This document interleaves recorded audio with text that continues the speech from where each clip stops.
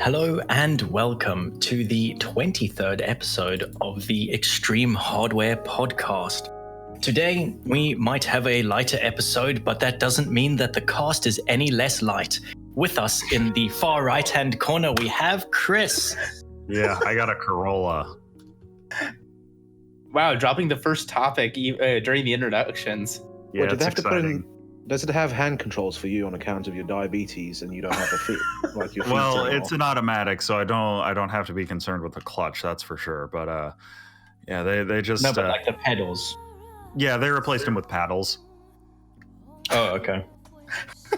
Anyway, in the other hand, the other corner, at other foot.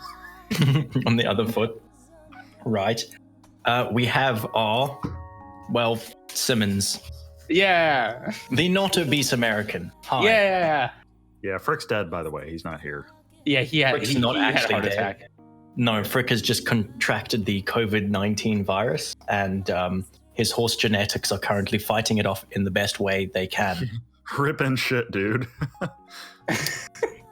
Anyway, we also have Andrew with us, so that's a thing. Anyway, moving on. On to our first, I suppose, topic. And this is a... Whoa. No, real quick, but we should probably get it out of the way right now. In-win giveaway.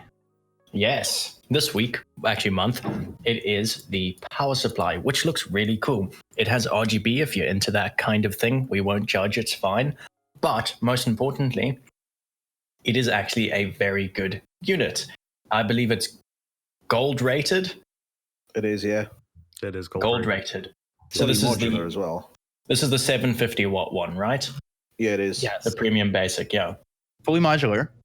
Honestly, 750 watts all you really need these days, unless you're going absolutely crazy. Like me. Well, yeah, but Simmons, you're special.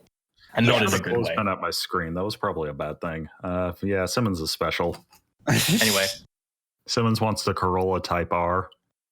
I would highly suggest going over to the forum and signing up, or rather, signing up and then entering for this competition. You have a very good chance of winning a really awesome power supply. And there are many ways to increase your odds as well. So, moving on. The, as you put it, Intel 2 AMD Boogaloo security vulnerabilities. Yes. Oh, yeah. Do you want to talk about that, Simmons? I know you're just eagerly awaiting AMD this. is no longer the budget alternative to Intel because they too have documented side channel attacks. You're not getting shortchanged when you buy AMD. Simmons, you can go from there. I just wanted to say that. Yeah, I'm actually not fully spun up on what the vulnerability is, but it seems to be relatively similar to what was the big Intel vulnerability of last year? I'm already blank. Spectre. Yeah, Smeltdown. It's just both of them. It's Smeltdown. It appears to be that the affected processors are Bulldozer, Pile Driver, Steamroller, and all of the new Zen chips, ranging back from the first gen up to current gen. They noted a couple specific EPYC processors that are also vulnerable, and I feel like that's probably the biggest issue out of all of this, being that the side channel attacks are more likely in servers. It says, with this new collide and probe vulnerability, I guess that's what they're calling it, an attacker can monitor a victim's memory accesses without knowledge of physical addresses or shared memory when time sharing a logical core. So yeah, this is definitely more applicable to like a VM environment. So can I ask a question which you probably won't know the answer to? Yes. Is this still a vulnerability when using AMD's, I think it's secure memory encryption? See, I'm not 100% sure about that, because from what I've heard about this is the primary attack vector for this is direct access to the system. So I don't think that secure memory, I think that's only applicable to the host operating system itself. Is that correct? I'm not really familiar with that technology at all. Yeah, but remember, you can get like containers and VMs on hardware like, hello, Amazon Web Services. I'd like to use some of your web services. Okay, sir, here you go. Because like multiple users, multiple strangers for that matter, can be running on the same system over the internet. So if you need physical access, that's one thing, but this is... Chris, try to not sound like you want to kill yourself. It helps. No, I'm exhausted. Okay, that's what big happens when you tempo spend change. a lot of money. So it does say it can gain access to AES encryption keys, so I assume that might not help the secure memory encryption. I really, really do not like this quote by Tom's Hardware. It's kind of misleading. They say, as spotted by, I don't know if you know which one I'm talking about, but they say, as spotted by Hardware Unboxed, the paper also says that additional funding was provided by generous gifts from Intel.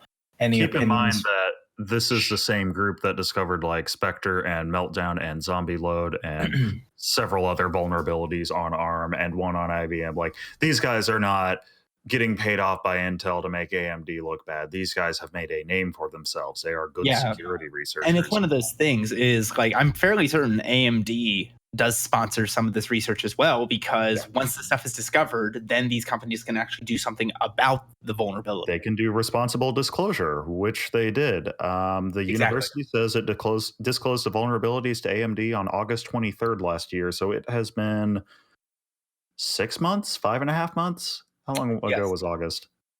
Whatever. It's been a while.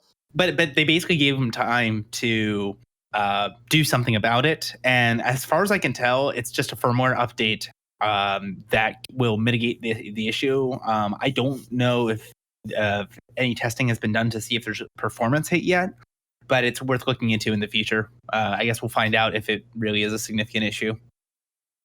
Thank you for beating me to the punch. But yes, that's what I was trying to get at.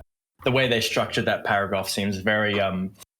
Look, I deserve this. I was yelling at Paul about this on Twitter last night. Actually, that's not true. I was thinking about yelling at him on Twitter last night about this, but other people were doing it. So you should have done it anyway. It would have been funny. Oh, yeah, you're right. It is also worth mentioning that in their lab, that security company's lab, they tested a 3700X and could see that it had this vulnerability. Yes. So that's probably the most relevant one, is the 3700X. I assume, obviously, then it's going to be almost everything on Zen 2. So it does actually affect modern processors. Although, if you have a Phenom, like if you're Mark, don't worry, it's not affected. Yeah, but like the FX 4000 series, FX 8000 series, the A10 70K they referenced, it's tech. That stuff is all affected. Yeah, but I mean, like the stuff that's not affected, like the E450, like who's using that? Gee, I haven't turned on my tablet that uses an E450, I think, or it's a Athon something in like 3 years. So, Oh, cool. Here's a tweet. Apparently one of the researchers is on Twitter. LOL, Intel, they are straight QT AMD throat. I don't get it. When Zen starts to become popular, good job, Intel. At AMD will take this personal. Hooray! It's the good company and the bad company, and the bad company is attacking the good company, and I don't like this. So what I really hate about that... Oh, yeah. No, yeah, I hope they do take it personally, I guess is what you're going to say. But yeah, they can what I really don't like about opinions like that is that people think that Intel has made this vulnerable, not people. A person like that has thought that Intel, by helping fund this company, has created that vulnerability. They haven't. I think everybody should stick their heads in the sand and ignore the bad things, because that might hurt the feelings of the good corporation. Anyway, regardless, hardware vulnerabilities will continue to exist for both companies. Actually, speaking of which, just a couple days ago, an article was posted on The Verge. I know everyone's favorite website. XD, The Verge built a computer bad. That was more than a year ago. Stop referencing it. Yeah, yes. We're gamers. I'm in some kind of mood tonight. I'm sorry. But there's a new hardware vulnerability that has been discovered in current generation Intel chips, or specifically CPUs, that is unpatchable. Basically, the TLDR for this one is it can be utilized to break encryption. It seems to be another side channel attack from the quick skimming that I've just done. But yes, unpatchable. That's the problem. It's always management engine. Yep. It's like layer -2 or something in the OSI model. If I remember correctly, the vulnerability exists in a sector of the CPU, which controls the boot cycle, something else, and the encryption engine, which is hilarious. Yeah, and it's ROM as well. So people have been bringing up management engine for years because there's not a whole lot of public information about it. Most of it's under NDA, and like, oh man, the KGB, the CIA, the Mossad, the what's like China's CIA. Regardless, all those guys, have one. All those guys they're gonna hack my computer and they're gonna put the viruses in it. Like, not really, but yeah, management engine is a great vector for malware. Like, genuinely a good vector for malware because it runs at such a low level and is just kind of assumed to be trusted. Yeah. It's worth noting, as with almost all these attacks, including the AMD one, or at least it appears with the AMD one, you need local access to take advantage of this. Does local mean physical? Yes. Yes. Which means, yes, it is a big worry. Is it for you? No. Let's be honest. If someone breaks into your house, they're probably not going to be putting malware on your gaming PC. Well, no, it's more for like, I think the biggest way in which it would affect an average day-to-day person isn't their home computer, but it's their work laptop. Yes. Or work computers. Any data center that they log into. That's the biggest worry, is data centers, especially ones like that have access to multiple clients like that. You know, those data centers, a traditional data center. Yeah, I don't want to name specific ones, but like, you know, the ones that people can just buy racks on and stuff like that. Oh, yeah. Yeah, and then like every company has like 12 people that can access them with just keys, and they can go in and do whatever. So I'm going to say my favorite thing that has occurred due to all of these direct access vulnerabilities, I guess we can call them. There's been a big shift back to traditional physical security of computers. For some reason, that went away for several years, and now it's coming back. And I'm very happy that people are just stopping, are being made aware, so they aren't stupid about just abandoning a piece of technology somewhere. And it's no big deal. Nobody will do anything with it. We're just gonna leave a mission critical system in this co-location center that's had like 5 break-ins in the past month. Yeah, but that's exactly it, right? So there's been a big shift in the cybersecurity space in regards to, hey, in addition to your password security and XYZ security, you should also pay attention to the physical security. so yay. It's nice to see again. Speaking of which, I actually have our work is issuing us all new laptops because of. Oh boy! Do you remember the Lenovo thing I talked about? We actually talked about. Yeah. Superfish or something else.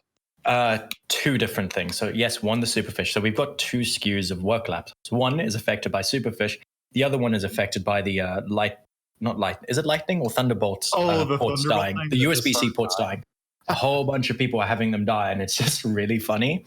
I think we talked about that a couple weeks ago. Yeah, because that port is used for charging, which is God, a little bit of an issue. Lenovo. So they're just giving everyone new laptops. What's really, really annoying is I really hate Lenovo laptops because the base model, which obviously the company is going to get, still does 8 gigs of RAM and the most anemic processor you've ever seen in your entire life. Oh yeah, it's like probably What's the CPU? No, it's an i7, right?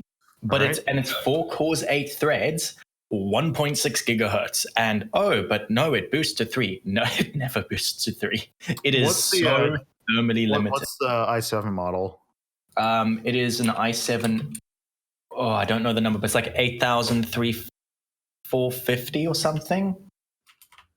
And then it's got a U on the end. Yeah, the 8350U? Probably the 8350U. Hold on. Let me take a quick look-see. I think it's 1.8 base 4 turbo. That's probably no. not. Simmons right. It's this one. Yep. Yeah. 1.7 gigahertz. Oh, it's i5. Sorry, it's i5. Yeah. Not like it matters because it's still hyper-threaded. Oh, it's the 2 megabytes of L2 cache that they disabled. I gotcha. Yeah, but it's because with these, when you see 1.7 base frequency, like on my 9900K is 3.3 gigahertz base frequency. Ignoring the fact that I've overclocked it, when I didn't, I never saw it at that ever. Yeah. You know, so, but these things has horrible cooling, so I see it at about 1.8 all the time. I've got a question for you, Alex. You get 4 Skylake cores running at 1.7 gigahertz as opposed to my 2 Haswell cores in my old laptop. So it's about the same performance, Chris. Alex, are those the same base model laptops that also come with 5400 RPM hard drives? Because boy, do I have a complaint about those things. Oh no, we get SSDs because. Wow, are you sure? Wow, aren't you privileged? What kind of SSD? Kind of. Is it an eMMC chip or is it an actual SSD? It's one of those cheap SATA based drives. It's you can't remove it. I don't think. Soldered to the main board? I don't know with the brand new ones. Ooh. Hey, Frick's here. Frick. He's only an hour and a half late. But no. The reason why I'm going to complain is because at the last company that I worked at, they had a host-based security system, a McAfee like something or other on the device. Goodness. And whenever you would log into the laptop, it would do a full drive scan, which would just destroy your hard drive for a good 45 minutes to an hour and a half, depending on if you weren't doing anything. Why would they use McAfee? I'm not going to go into details. Is it because of John? Because John's pretty entertaining. John pitched it really well back in the day. Yeah. I like John know McAfee. That the clocks apparently went ahead a couple of hours? That was 1 hour. Daylight savings. It's a thing. I didn't know this. I just found out. So he was intending to be here half an hour late. It's all right. Frick. That's normal. Does your weird installer Vista not have automatic DST? Vista? Who's got Vista? Oh, You got Vista. Frick, are you using he has broken Windows 7, remember? Oh my god, did you upgrade to Windows 7 from Vista instead of going to Windows 10? Oh yeah, It did what needed to be done. I had to get it done somehow. You know what? Frick. What? Yes. This has been told to you like 40 times.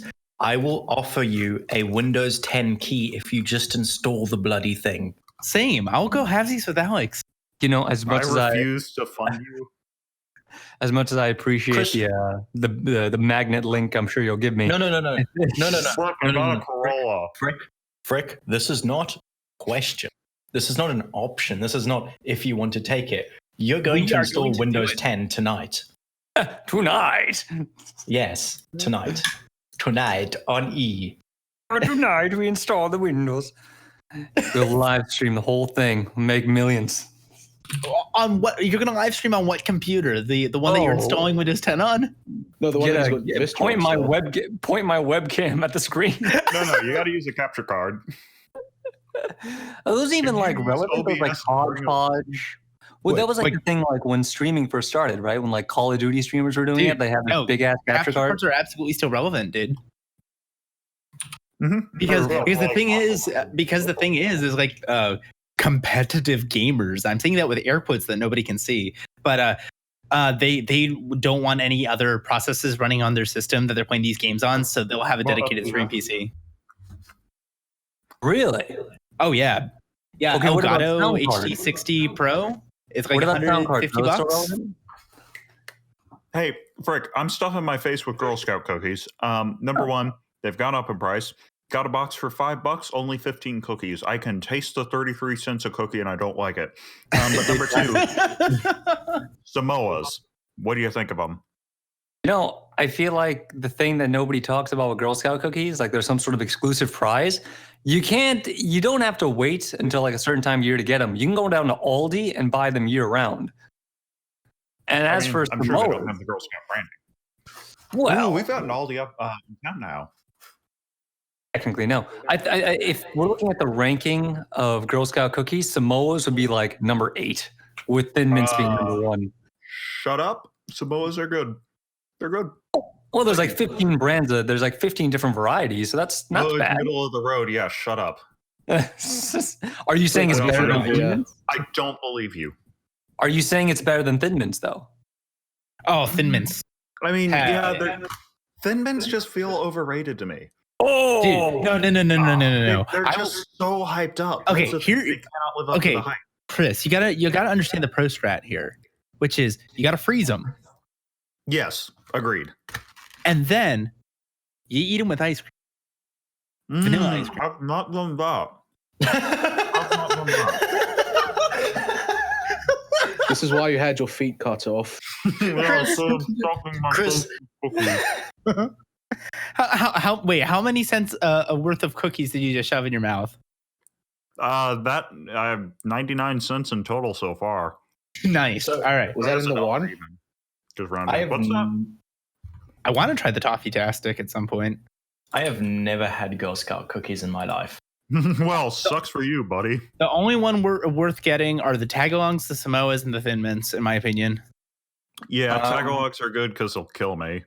Yeah, but wait, Andrew, did you have the what is it called? The After Eights? No, not the After Eights. It's like the South African box of variety cookies. And it's like Baker's variety cookies. Oh, geez. I think so, yeah. They would be called Baker's variety biscuits, though. Yeah, because that's basically South Africa's version of Girl Scout. Except they're not sold by Girl Scouts. Oh, God. But there's a black market for them. Well... Yeah, the Girl Scouts will just get robbed. What? Girl Scouts don't exist. Yeah, that's why they don't exist. They just get robbed. Cookies. Yeah, no, they would mug Girl Scouts. Actually, so here's a BuzzFeed list of the top ranking Girl Scout cookies. Wow, BuzzFeed, thanks. Wow. You know what? You say what you will, but when it comes to fluff like cookie ranking, want to go find out what Harry Potter house you're in? Go to BuzzFeed.com today. Hey, Frick, want to find out which Disney princess you are? Shut up, normie. Okay, Frick, hang on. He's saying that because he's done that himself. He actually My has. brother made me. He did it the other day. If you go to, there's certain things that they're really good for, and food things is one of them, and they rank. Here's the top 3 cookies, right? Number 3 is Samoas. Number 2 is Tagalongs, which is the peanut butter patties. And number 1 is Thin Mints, which has been dubbed the greatest Girl Scout cookie of all time. What did I just say? They're the only 3 cookies worth getting. I've had Thin Mints, not from that. Good job, you BuzzFeed soy boy. Yeah. Okay. Chris, this is horrible. Seriously. Even doing this use your microphone, dude. No. Chris, can you apologize to everyone in advance? You apologize. No. Say sorry. He's got a mouthful of cookies, and you're expecting him to apologize. Perfect. I understand how that. Like, do you not have milk? How are you eating cookies without milk? Wait. I put them in my mouth, and then I masticate a bit, and then I swallow. There's things that you can't do in life. One of them, it's impossible to eat an Oreo without a glass of milk. It just can't be done. No, that's not true. I just have a bowl of milk and soak them in. A bowl of milk? Are you a cat? Frick. No, put the Oreos in the bowl of milk. Oh, like... I mean, they do have Oreos, the cereal. No, I don't think those exist anymore. They recently announced... Did you guys get that new Oreo flavor that they just announced? What, the Supreme one? Oh, no. They announced a carrot cake flavor. Oh, I'm interested. Carrot cake and cream cheese. I had it, and it was surprisingly good. So very actually good. The inside filling is cream cheese, and the outside is a carrot cake cookie. Yeah, that sounds great. You told me to get the what was it called? The Wendy's vegan burger thingamajiggy. Oh, yes. Yes. I can't remember the name now. They actually have them here. I had one about a week ago. Actually, no, last week, Wednesday. And it's not that bad, actually. The patty tastes like, you know, when you make homemade burgers, but they're not very good, but they're okay, but they're not terrible. So in other words, yeah, it was okay. But like the look of it, and yeah, mainly the look of it is what instantly tells you it's not meat. If I was blindfolded and I had no idea what was put in front of me, and I was told to like eat the burger, I wouldn't know that it wasn't meat. It was actually barely okay. Some guy just pointing a gun, you say you better eat that burger else. No, but I mean like completely blindfolded and then not knowing what I ordered, I wouldn't guess that was a meat replacement patty. Okay, it was the big thing. How was it in terms of texture? Dry. It was it wasn't meat-like, but it wasn't bad. It was just too dry. But like, it doesn't taste like it's made of soy or anything. See, I'm wondering if they just overcooked it or you got one that was sitting around for a while. I might have done. I'm trying to find a picture of it because it looks like it comes out of a mold. It's not very... I think the visual aspect is the worst by far.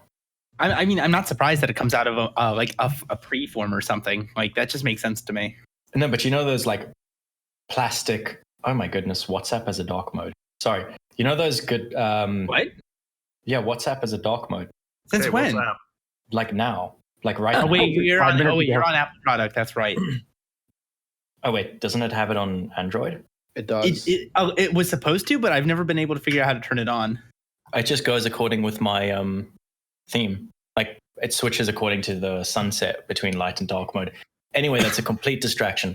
You know when you like really crappy molds of ABS plastic, how it has that like... Plastic? Yes. Yeah. The cut-off bits?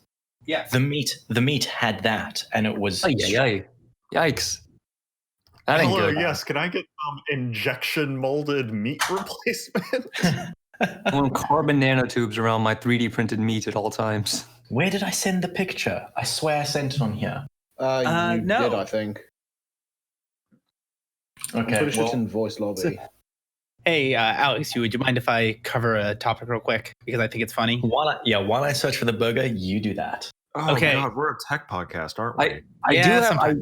Simmons, when you're done with that, just so you know, I do have a couple of food stories I think you guys might be interested in, but go ahead. Yes, I definitely want to talk about something other than tech after this. Okay, so real quick. So this was an article from March 3rd on PC Mag. Yay, more repeatable sources. But a new bill would make Amazon and eBay liable for counterfeit products. Thank you. Words are hard. So basically, there's a bill going through the American House of Representatives right now called the Shop Safe Act, which is trying to make e-tailers, specifically the ones that were mentioned were Wish, eBay, Amazon, and I think there was another fourth one. Kinds of websites that have big third-party sellers. Like you're not buying from the retailer, you're buying from somebody selling through the retailer's website. Correct. But basically having the websites held accountable for selling counterfeit product. Obviously, I did a little bit of research real quick, and it looks like as in 2016, and I know the number has increased since then, about 20% of all internet sales were counterfeit products. Wow. And but as of in 2016, footwear was 22% of that number. Clothing was 16%. Electronic equipment was 12%. And I know for a fact that the electronic number has increased to, I think, like 18 to 20%. Of course. And you know what? Really thing about that, Simmons, do you know what brand is the number one counterfeited brand in the world? I'm going to interject. Jordan's. Oh, no. It's Supreme, isn't it? No, Louis Vuitton. Oh yeah, well, yeah. Louis Vuitton, the counterfeiting problem for Louis Vuitton is so bad that 50% of the fakes, the bags out there that you see are all fake. Yep. That doesn't surprise me. So But go ahead. anyway, a good relevant topic video was Linus Tech Tips did a video, I think a couple weeks ago, where they purchased a few counterfeit, I think GTX 1060 or 1050s. And basically it was a chip from like 2 years ago that had a custom built PCB for this garbage tier bin chip that barely worked, would sell it on wish.com, and then after so many complaints they would close the store. So what kind of chip was it? Was it like an actual GeForce chip? Yeah, but it was Okay. it was you know how they have their QC process, and if the chip won't perform so well, they might put it into a different product to be legitimately sold. So this was like 4 tiers down from that level, where maybe like 60% of the chip was usable. But yes, but no. Nice. So why I thought this was kind of comical is especially due to that exact video that I mentioned. Wish especially with these counterfeit GPUs, what will happen is these retailers, they'll wait until so many customers report a faulty GPU or a counterfeit GPU or something along those lines, and then they'll just shut down the store before Wish can get involved.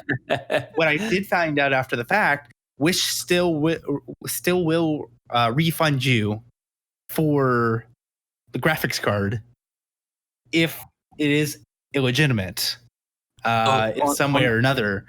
However, I don't know what the stipulations on that are. Anytime you buy something from Wish, so here's a fun little thing I learned from Wish a while ago, and I think for those that don't know, shipping in China, like mail shipping in China, is subsidized by the Chinese government. Right. So they're able to do stuff really, really cheap and fairly quick for the most part, right? So what happens is, let's say I buy something from China, right? I buy something from China, and I get it, and it's like, oh, it's too small, or it's too large, or something like that. What'll happen is you'll message the seller, you'll be like, hey, it's too small. Can I return it and swap it back? They don't want you to return anything because it's going to cost them money and stress and all that stuff to do that. What they'll do is they'll give you two options. They'll either say, hey, look, you can I can just give you your money back, right, or whatever. No. Well, first they'll start by saying, how about I just give you a little bit of the money back, like 20% of the money back, and you can just keep it. Or if you keep, pounding them a bit, they'll be like, you know what, fine, just get it. You can have it. They'll just give you all your money back, and you get to keep the item. And that's not an exclusive thing to them. Any large retailer like AliExpress, for example, has the same thing. If you just say, hey, look, I don't like this, or I want to return it, they just give you your money back every time.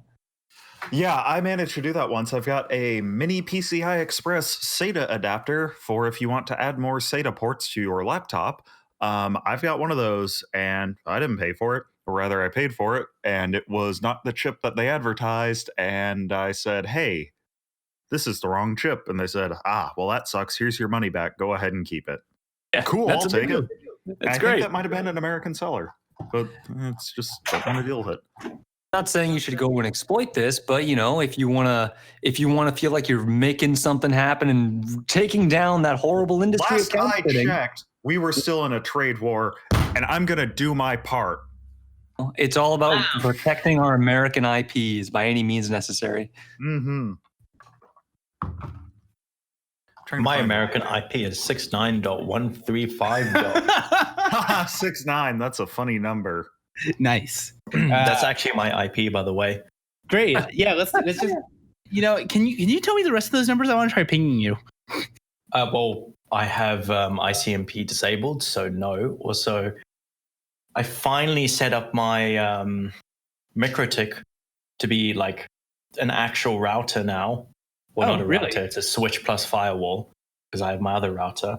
That was a pain. Like, yeah, I think there's a reason why that kind of specialist, I don't want to call it specialist network equipment. No one buys Ubiquiti or MikroTik unless they're in IT, because no one on earth wants to configure a switch by visiting a special IP, that's fine. And then remembering the Mac or writing down the Mac, resetting all the settings, and then configuring it via the Mac and knowing like all this specific languaged stuff. My grand's not going to do that.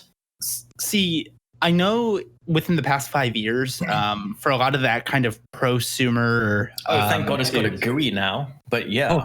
These prosumer to small business network devices, they are now at a point where they have built-in protocols to make them just show up. Like they it's like similar to like a DHCP request where it will just ping a broadcast address, and then the access point controller or whatever else will actually just recognize it. Now, whether or not that's a vulnerability is another story on its own, but we won't go into that. It's a lot easier to set these things up these days if you buy the newer equipment, but nobody does because that stuff's not new, expensive.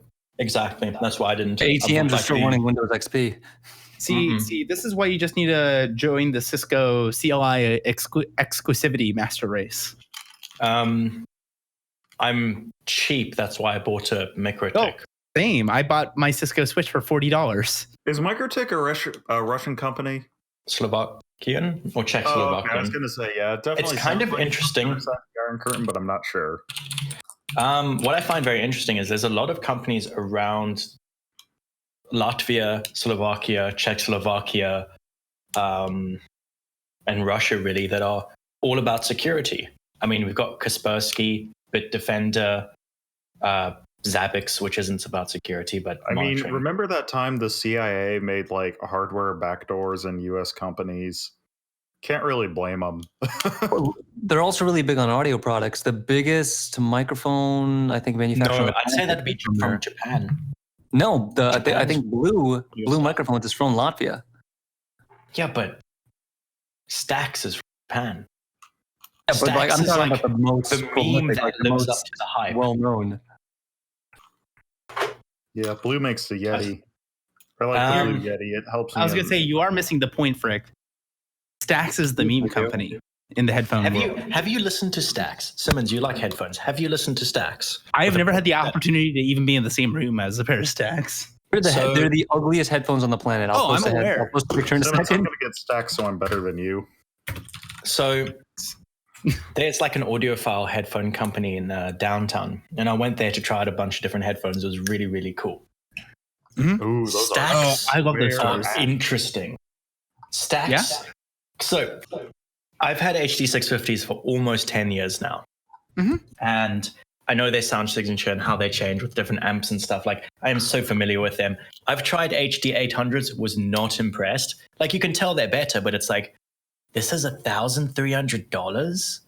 It's like my headphones were nowhere near that expensive. It's like, out of curiosity, which model Stax did you listen to?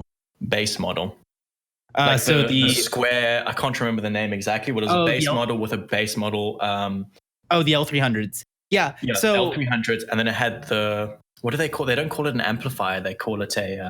No, it's like a driver or something. It's hold on. It is a loudencer. It's an electrostatic driver. Is basically what they call it. The drivers. That's it. And they call them ear speakers, not headphones. Ear speakers. No, because they have such a high resistance. Like ohms. You get into like the world of high-end audiophile headphones. You get into some crazy stuff. There's this one company. I'm gonna get a pair of headphones from them soon. They're called Audies, and they have Audies are amazing, dude. They're not weird. They've been around for such a long time. They're insane. The craftsmanship. Oh yeah, the LCD4s are fantastic. So the LCD2s are like my dream headphone that's achievable. Those are so nice. The cool thing about Audies is, first of all, I think I don't know if they're electrostatic. I think they are. Are they planar? Yeah, they're electrostatic, and as of like 2015, they're all using phaser magnets as well. Okay, cool. So the cool thing about LCDs is that, first of all, I've worn a pair of LCDs. They are the heaviest headphones I've ever put on my head. LCD2? Yeah, it must be, right? They're so heavy. 2, 3, 4, and What else? There's like the I had a pair of twos with like the wood grain or something. Yes, the rosewood. Oh, it's so nice. Really pretty, and they're $1,000. Their cheapest headphone starts at $1,000, but no, that's not their cheapest anymore. But yeah, you can get more money. What you can do is they have these really great sales where you can get like B stock LCDs, and it's like $500 for a pair of LCD 2s or 3s. It's an insanely good deal. Great, that's but fantastic. The thing is about LCDs that a lot of people don't know is that they are, I mean, I don't want to say they're very, very honest, but they're very frank in what they present. They're not, would you say they've got like, they're not V-shaped at all. They're more, it's hard to describe. So this is why I want them over from HD 650s. I honestly think LCD 2s, 3s and 4s, but those are way too expensive, is the best progression from HD 650s. And this probably won't be a very, it will probably get me some, people I suppose won't like it when I say this, but basically, I think the HD 650s are one of the best headphones ever made. HD 600 and 650s. And that's considering price, availability, and just how they perform. I struggle to find headphones that are better than that because they're not offensive in any way. They've got a slight warmth at the base, and the highs are slightly rolled off, so you can listen to them forever. They don't get fatiguing like DT 777s, another one Andrews has. So you can just listen to them forever. Yeah, 770s. Sorry. Yeah, 770s. Well, you got to make sure you get the proper ohms. Oh, I love the 770s. But there's nothing offensive about HD 650s. That's even more palatable. I'd say that's on the same level of palatability as the 650s because I have a bunch of headphones. I have DT 770s, the 250 ohm model. I've got the 650s. I've got a pair of HD 380s, which nobody knows about. But I've also got. Why don't you talk about headphones with us, Frick? I didn't know you guys liked headphones, dude. Oh my god, I got a lot of them. Frick, why don't you talk to us anymore? We're lonely. No, Andrew, make it go away. It's one about the sushi sausages. It's essentially what every headphone, like if you give someone like a pair of headphones that are fancy, they associate like, oh, this is so miles beyond. DT 770s look super. They look like they could cost $50. Yeah. But they sound really good though. Well, how old are the DT 770s? Like 30 years old? 80s. The 1983, I think they were first around. Yeah, but it's kind of similar to the whole Sennheiser HD 600s versus the 650s. It's basically the same thing. Sennheiser's a bit more expensive though. Oh, they do. But so the Sennheiser current HD 660S was founded basically on the HD 580, which has been around since 1994. I know too much about HD 650s range. Sure. 580, and then it got replaced in I think 2002 with the 600, and then 2006 with the 650, and then obviously 2017 with the HD 660S. I think it has. I don't like the 660S. They put in the HD 700 driver into the 650 housing. Yeah, and I don't like the 700 driver. The shape I actually really like, but it's going against everything Sennheiser, and I really like Sennheiser's. I had an opportunity to listen to what is it, the 770s or what's that high end? The Sennheisers. No, it's the HD 750, so whatever the current revision is. No, it's just the HD 800S. No. So it's the HD 700, and then there's the 800, 800S, and then there's the 820, I believe. Okay, so it's the 700.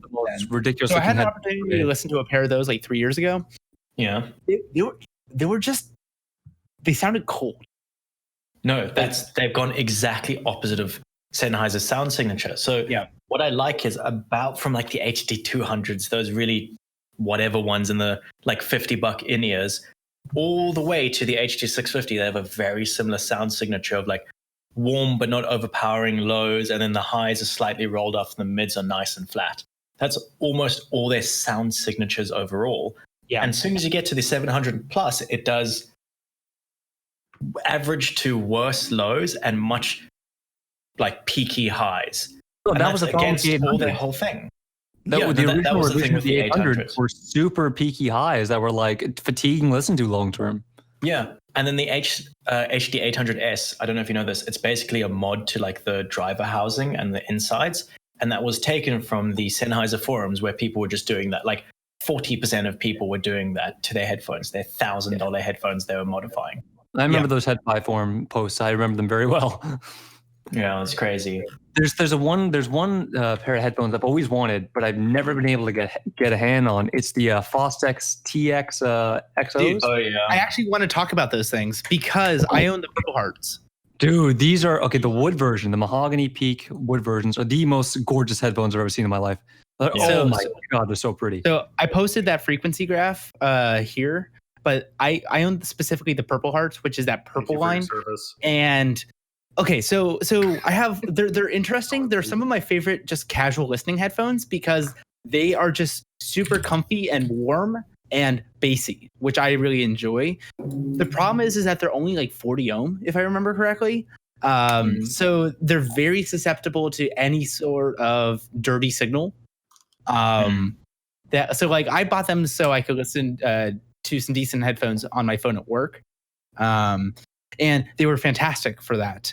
However, the moment you had a slightly off connection, because they only come in a 1/4-inch jack, so you're going to have to down to a 3.5 mil jack. You hear everything. But I love listening to these things. Like they're expensive. I think I spent maybe $400 on those things. But no, dude, it's 100% like worth it right now. And it's like the cheapest I can find is $330 for a used pair. Wow. They're so good. You're gonna love them. And honestly, if you can get your hands on the Ebonies, I think they're better just because they have a little bit more bass extension. It was a pair of headphones I wanted a while ago because I can only get them through Mass Drop. So I'm hoping like Mass Drop does another drop of these because they do. Their revision of the Sennheiser 6XXs were just 650s anyway. But they were great. They were like $200 for some 650s. Hell yes. Absolutely. No, my brother got a pair of them. Stop. They're not the same. The HD6XX are not the same as even the 600. They're close to a 600, but they use a worse driver. Worse driver? Yeah. Not gonna lie, I listened to my brother's 6Xs and I couldn't really tell a difference between my 600s and those. So why are they worse? I've just heard, especially of the recent, like the last drop, I've heard that it's worse. But I mean, you know, the thing is with audio, cheaper. Yeah, but I was going to say, the thing with audiophiles, like least trusted reviewers or people on earth. Like honestly, but the only difference I could like distinguish between my hold on, are these 600s or 650s? No, they're 600s. Yeah, blue was just the pads were different and the headband. I don't like the pads. A little bit cheaper. So like the sound quality sounded exactly the same to me. So granted, I don't have the most accurate ear out there, but have you ever used the HD 500 range? Yeah, and I was actually pretty disappointed with I think they were disregarding the sound. They are so comfortable. Oh my gosh, yes. Like I really actually want to get some HD 580s or 59. I don't know what they're on now. The names have changed quite a lot. Or like you're talking about the Bayesian brown, right? The ones that look like Knoxville headphones. Either the beige and brown or the one below that, just because of the price, just to wear them like when I'm listening to music at work or something. Not at work, but working from home. Yeah, they're so comfortable. Like, I would know they're going to sound worse, but they're just forget I'm wearing headphones. They're great. I would say that if I could find like the ear pads from those generations, I would try to do an ear pad. They don't fit. Oh, they don't? They're different size, The headband especially. I don't like the 650s thin headband. Okay, then just do a driver swap.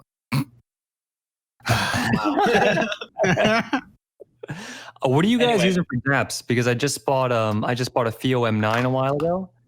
This thing is a beast. It's got. I use my Galaxy S8. Dude, it's got an Exynos 7270, AK 4490 yen chips. I mean, it's amazing, and it's like $250. I guess it's using the same chip as my. Yeah, I've got a Jotunheim. Yeah, like here's my thing is I have no problem with those things, but the sake of convenience, like I'm gonna be hooking that thing up to my car speakers, which are just OEM Civic speakers from '96. So Simmons has a bad car. no, it's a great car. Shut up. I just know what's wrong with the car. Or what's insignificant. Well, regardless, but I'm going to be hooking them up to my car speakers, which are miserable anyway, or I'm going to be listening to stuff at work, and my phone is significantly more convenient for that. I know, but once you hear what these chips can do, I can't go back. It's even something so subtle as like having an EQ that's actually functional, like just something as small as that. Speaking of high quality chips, and this might solve Simmons' issue of needing a portable device. What do you think of the DAC and the 5th gen iPod? Wait, I don't know if you're joking or not. It's a meme tier chip. Like, it's allegedly the best audio chip in any portable device. Oh, right. Okay. No, I didn't know this was a meme because I was going to say of the iPhones I've had. They have had whatever. It's the same audio chip. They have very good amps and DACs for what they were. Like my iPhone 4's quality was better than my LG G4's quality, which I didn't think it would be. Yeah, it's the Wolfson DAC. That's the one. Oh, Wolfsons. Oh boy. Have you? I'm kind of glad that you posted the Shijant time. I didn't realize that they released the Asgard 3. Sorry, what on earth did you just say? The Jotunheim? The Jotunheim. I'm going to pronounce that poorly on purpose. Jotunheim. It's Okay. I didn't realize that they released an Asgard V3. Yeah. I'm waiting. Well, not waiting for. I was waiting for the Jotunheim 2 because it had been out for a while, but obviously I bought it before. Era. It's really nice. I love the balanced outputs. I don't have anything that'll utilize it. No, I have an XLR cable. Like my HD 650s are XLR powered. Wow, right? Because mini XLR. Yeah, I got a cable, and it made a very slight difference. I was going to say, like that's great and all, and I would totally get a balanced cable for my 600s. However, I have a Dark Voice 336 tube amp that only has a 1/4 inch out. So, well, no, it also has RCA out, but that's not good for headphones. You got to get yourself a bottlehead, man. Change your life forever. Dude, bottlehead crack. Get yourself a bottlehead crack. I feel like just mentioning that name is going to summon a certain somebody. Wait, what? Person from old forum who would preach the praises of the bottlehead crack. Oh, right. Yes. Yeah. No, I remember now. Yeah, I was gonna say you of all people should know. I completely forgot that forum exists. Yeah, I know. That's valid. So one of the things I wanted to get was I'm a big fan of a lot of JDS's stuff. Like one of my first amps was a JDS amp, and I don't know if you guys have seen the Element 2, which is a combination of an amp and a DAC. This thing is just sexy as hell. It's my god, it's gorgeous, but it's also really really good. Okay, so I've seen this thing. I didn't really find enough information about it to justify the cost. 2 amps. And they know what to do, man. There's one thing about these guys is that they know their stuff, and they don't make a lot of products. What I don't like about DAC amps or other amps is they don't do switching voltage. They either you have to buy a US, EU, AU specific voltage. Yeah, it's really annoying because the argument is that when you have one that can switch between different voltages, it makes the circuitry slightly more noisy. Oh no! What are they sacrificing on the quality? I think shit stuff works on both. Yeah, what do you think about shit? Because a lot of people are very shit. Shit is a very polarizing company. By the way, this is SCHIIT, which is a headphone DAC and amp company, which has a very meme name. We're not talking about scat fetishes tonight. So I must throw out there that I own the Fula. Yeah, which is one of the best names for the product brand.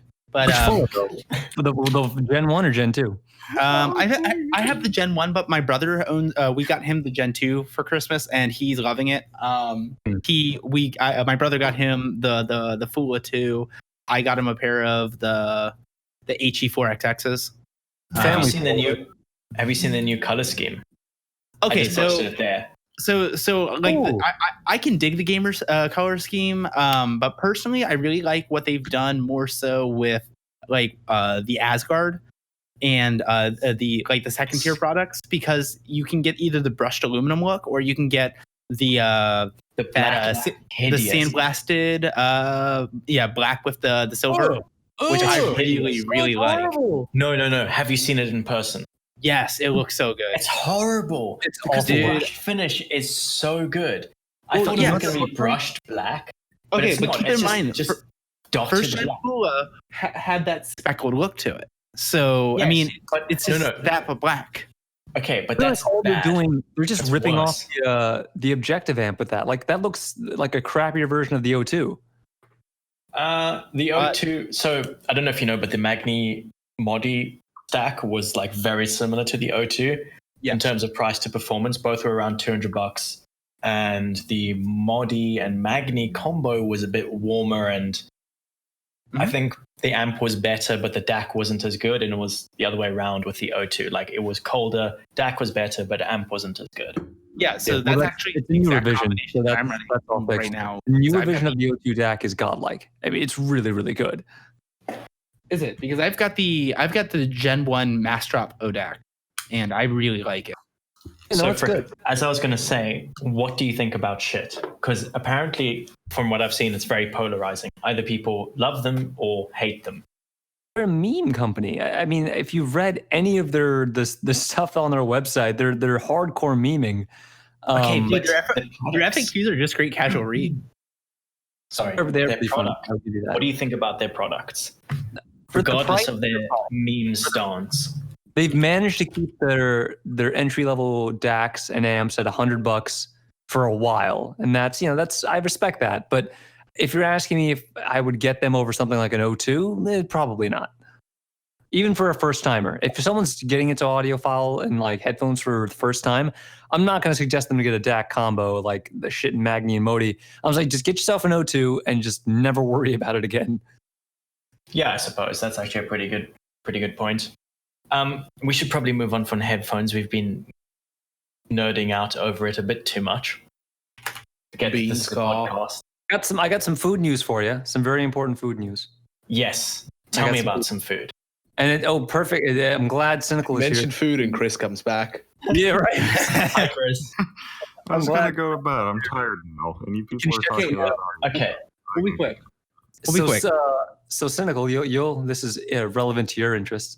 Thrillist just did their every few months or every few years they do their ranking of the best tendies, fast food tendies on the planet.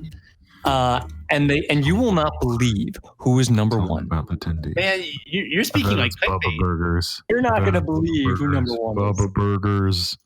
So let's okay, I'll give you first of all, who do you think the worst? Chris, stop being so obnoxious.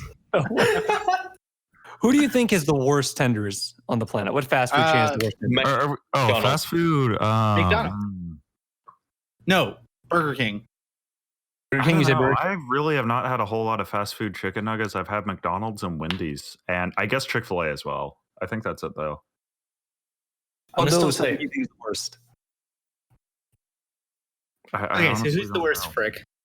Okay, the worst has been ranked number 15, dead last, as Burger King. Called it.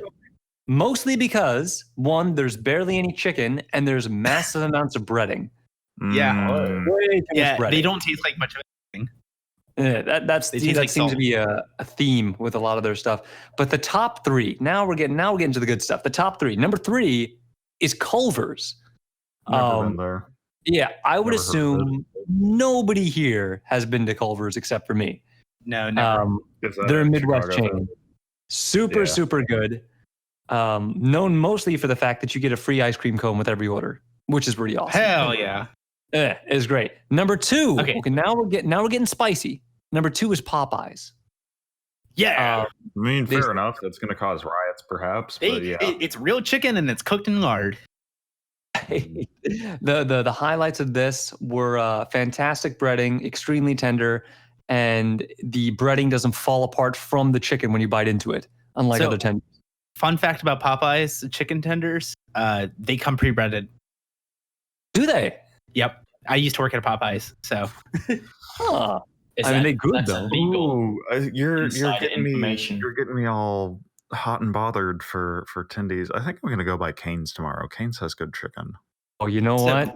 Number one. It's like you looked in the future because the number one ranked chicken tenders in the country is Raising Cane's. Nice. They deserve it. They earned it. And here's the reason. Raising Cane's, the reason that they're ranked number one is they use tenderloins for their fingers. And that means it gives it this unbelievable tenderness, hence the name, I guess. McDonald's are solid middle of the road there. All right. It's a combination of extreme tenderness and no grease whatsoever. Cane's not at all. Louisiana. I didn't realize that. Huh. Yeah, they do exactly one thing in their restaurant, and they do it very well. I haven't been there in a while. I should go up tomorrow. Yeah, do it, man. Get tendies. But tell them that they got number one on Thrillist. Right. It's a pretty big one. They're the only website that actually does an annual review like this. And Raising Cane's, I've never been there, but everyone I talk to about it says it's amazing. Really? I'm sure they have some in Chicago. I've never been. No, there isn't. There's probably some in Illinois. They've got to have some in Chicago. Come on, Frank. I'll double check, but I couldn't find any. You have one on North Sheridan Road between West Albion Avenue and West Loyola Avenue. And that's I can't go there. That is actually the only one that I can find. I'm sorry to say. Here's the address, Frank. Go. Please, no dogs. Go here. And the last thing I wanted to bring up for you, Alex, I got this special for you. Is there's been some happenings with our Starbucks peoples. They just announced their new menu. Hella drinks, hella foods. Mainly, they're introducing breakfast burritos. And they've got they got a whole bunch of new drinks. They've got a coconut milk drink, and they got a new nitro cold brew with salted honey cold foam. Oh, they don't have nitro at my store. Oh, dude, I love the nitro cold brew. Why? How does it taste different? Well, so first of all, I like black coffee, so that's a big one. I'm not a big kind of racist. No. How does cold brew versus nitro cold brew? Like how does the nitro process? My biggest issue with the cold brew is on its own. It's very it seems excessively bitter even for cold brew. Nitro it kind of mellows it out a lot, but the problem is that the nitro will completely evaporate out of the beverage after about 5 minutes. So it's one of those great to have on a hot summer day kind of beverages. Okay. I recommend it. I did try the sweet cream version of it, and it was good, but it was too much sugar for me. But you go to bed yet? Okay, real quick. Before he passes out, I do want to talk about the PlayStation 2 real quick. Wait, hang on. I want to say one thing first. So it's been 3 months. Halo Master Chief Collection on PC is still going on. They just released Halo CE. Apparently, it was kind of buggy. I guess they've patched it, but a bunch of bugs that were in the test flight, their beta build, were still present. But anyway, I'd just like to remind the audience that God is pissed at Randy Pitchford, and Randy Pitchford's probably going to go to hell because Gearbox Studios ruined the Halo CE port. To this day, there is no version of Halo that has the same graphical effects as the original Xbox version, because every other version of Halo CE was based on the PC port. Master Chief Collection Halo CE Anniversary on the 360, Master Chief Collection on the Xbox One, and now Master Chief Collection on the PC. All based on the PC port. And Gearbox just, for whatever reason, not all the graphical effects went through. I think there was also a bug with the AI where they would never throw grenades. Oh, that's great. I recall that being a thing, but I would have to double check it. But the graphical effects is definitely true. And sorry, but Randy Pitchford's probably going to go to hell. There's a weird glitch with Halo Reach on PC where the audio was all messed up, and they just said it's going to take like a year to fix. What? Yeah, no, It's real tech. It's got to be real tech. The reason that it's going to take so long is because they actually hired an entire new team of people just to work on the audio for Reach because it's so complicated. It has to do with some sort of audio codec from the Xbox 360 that's super hard to crack or super hard to work with. So they brought in a whole new team of people just to work on that. I'm not surprised. I have not had any audio issues like so far, other than God, there was one issue where I was getting like crashes to desktop trying to launch a mission. That was common, unfortunately, but like other than that one bug, it's been fine. Like netcode feels all right based on the multiplayer I played.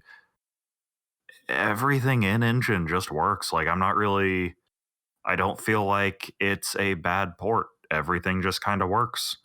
Yeah, I've had no complaints. I know people did have issues with like the stereo effects were just completely off so like people who are trying to play the game like extra hardcore. I noticed that, but I'm not sure I played with headphones on. I don't remember now.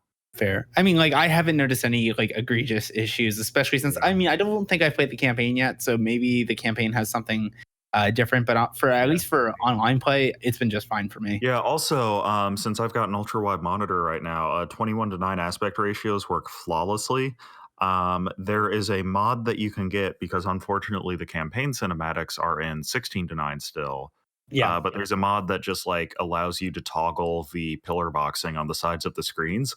Most cutscenes work fine, but there are some where you just have like gray areas where the environment doesn't exist because these are 3D environments that are rendered in engine, but because they would only ever be seen from this one camera angle at this one aspect ratio, they just didn't, Bungie, when they made the game, didn't bother filling it all in, which perfectly fair, honestly. Yeah, no, that's but viable. you can see that when you have that mod installed.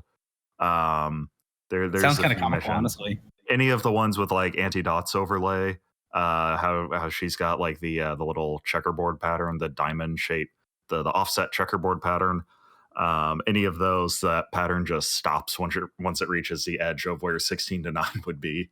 Nice.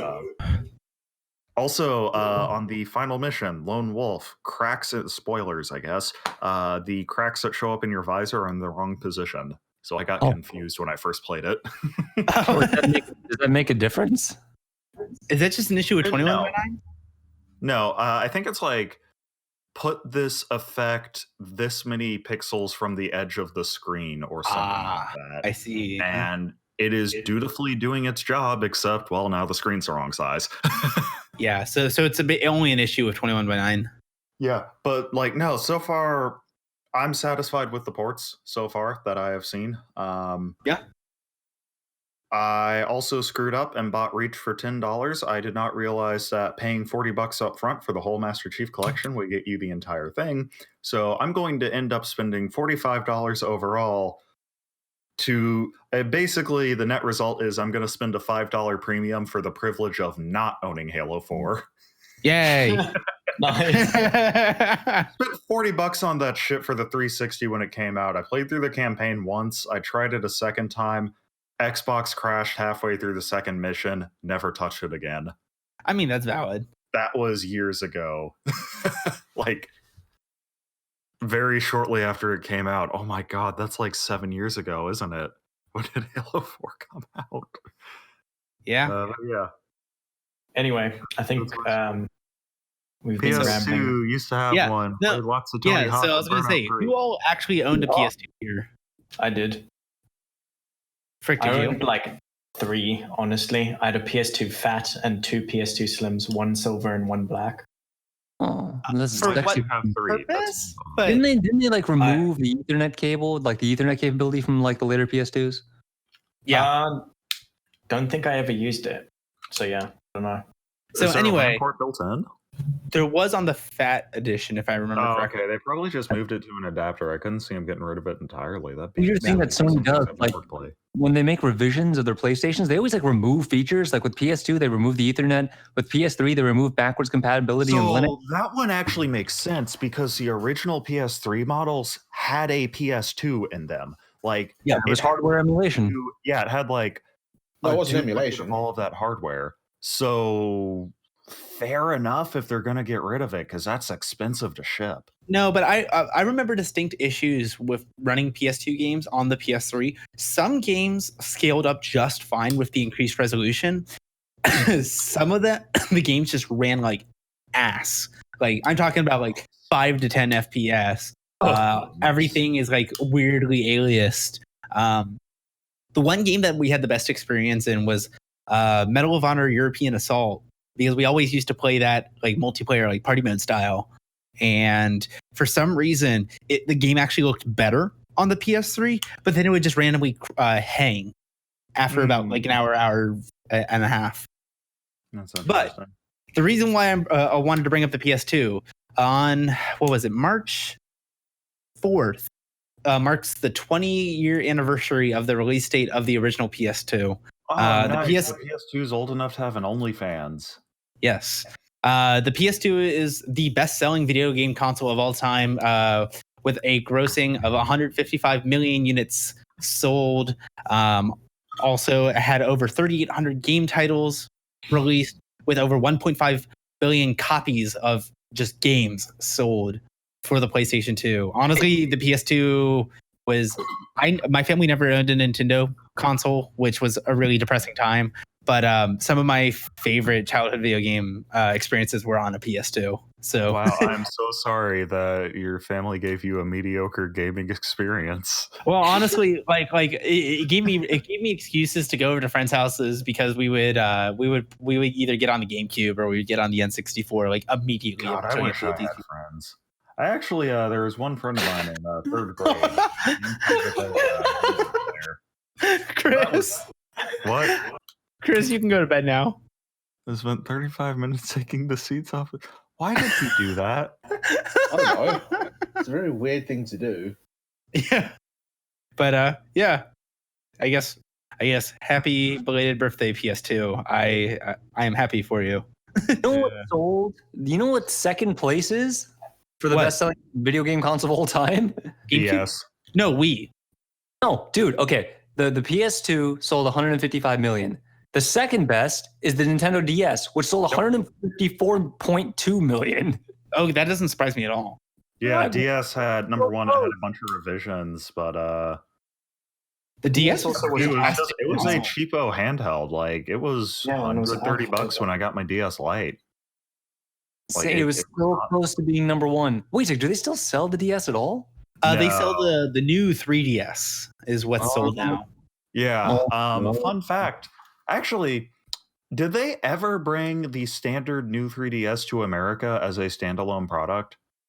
Like they had the new 3DS XL. I ended up getting an American new 3DS because it came with a bundle and you could get them from GameStop just standalone as a used certified thing or whatever. So to answer your question, no, because my girlfriend, she had to buy one of the skinned standard 3DS, new 3DSs. And I got one with like a Charizard back plate. Yeah, she ended up getting like some like Japanese face plates to just change how it looked. Yeah. Yeah, I don't know. Nintendo makes a lot of very silly decisions. I think their logic was like, we don't want to confuse the market too much. Okay, choose a different name that isn't new 3DS. I never was. You know how they're weird that there's a list of the best-selling video game consoles, but there's not a list of like the worst-selling video game consoles? The only thing I could find was something called like the N-Gage, which is this horrible-looking thing. It's like a creepy-looking creature. This is apparently the worst-selling console of all time. Before I go off to bed because tired. So I made a poll on Twitter yesterday, and it got some good results. But I'd like to hear you fellas discuss it. You wake up stranded in the woods wearing nothing but a diaper. You set out to find civilization. Which is the least embarrassing way to stagger into a village seeking help? Ass naked or wearing a diaper? Again? Yeah.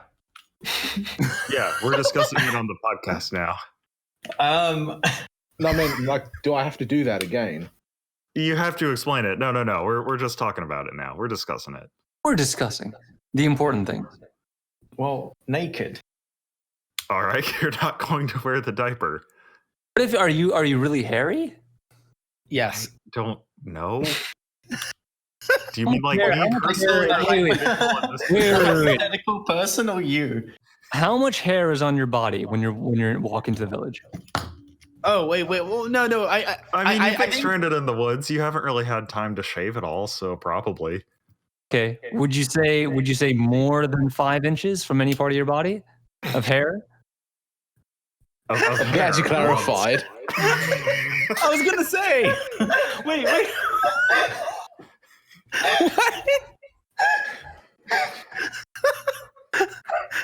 Frick, please explain. I don't know, Frick. You haven't shaved for a while. I don't know how quickly your hair grows. Okay.